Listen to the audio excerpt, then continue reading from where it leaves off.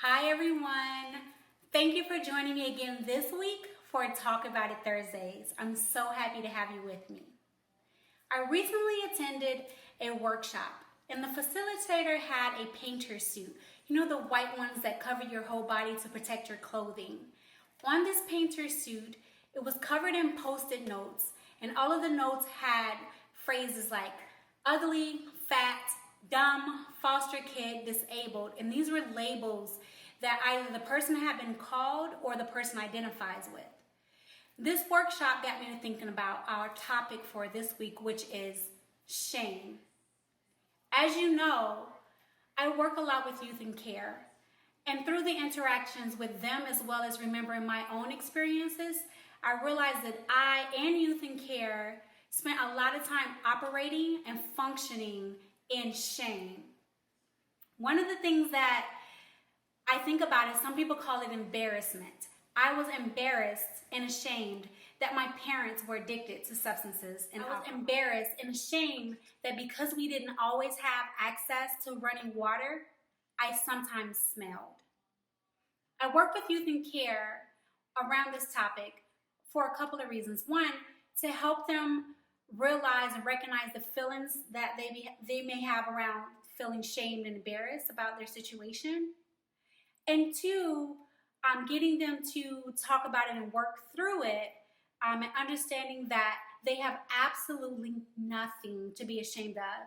Just like me, none of the things that happened to them when they were children were their fault, and it was completely out of their control. It can take a long time to reprogram our minds in a way to understand that we don't have to feel ashamed. How I transitioned from feeling ashamed was twofold. One, therapy. Lots and lots of therapy. And two, I started sharing and telling my story with others.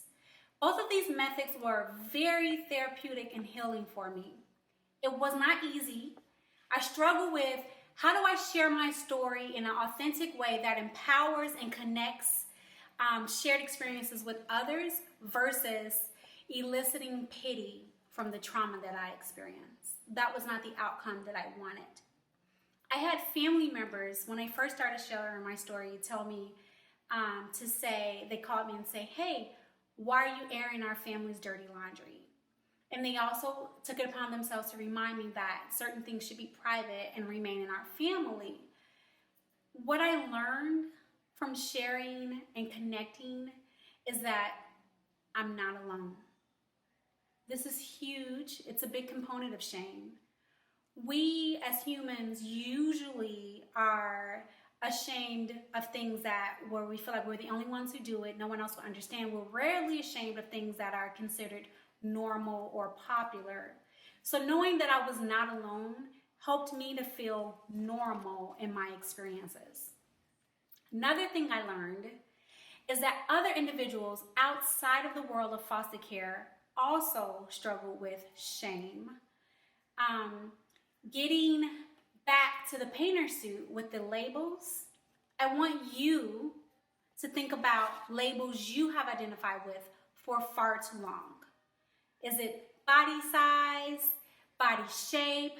Is it personal and private choices such as whom you've slept with? Is it something you've said and apologized for and you have shame around that? Is it how you've spent your money? Is it an unwanted pregnancy and you have shame around feelings or how you dealt with that? Is it a time in your life when you were operating in survival mode and had to make some tough decisions? Why is this important to me? Because I want each of us to live our best lives and not compare ourselves to others or beat ourselves up when we are doing the very best we knew how to do at that time. When we know better, we do better. Don't be hard on yourselves for not knowing better at that time. Moving forward, I want us to focus on changing the labels we use to think of ourselves in our daily lives. I want you to think of things like beautiful, smart, capable, worthy, resilient, of course, loved and supported. Thank you again for joining me this week for Talk About It Thursdays. Don't forget to like and subscribe. I'll see you next week. Bye.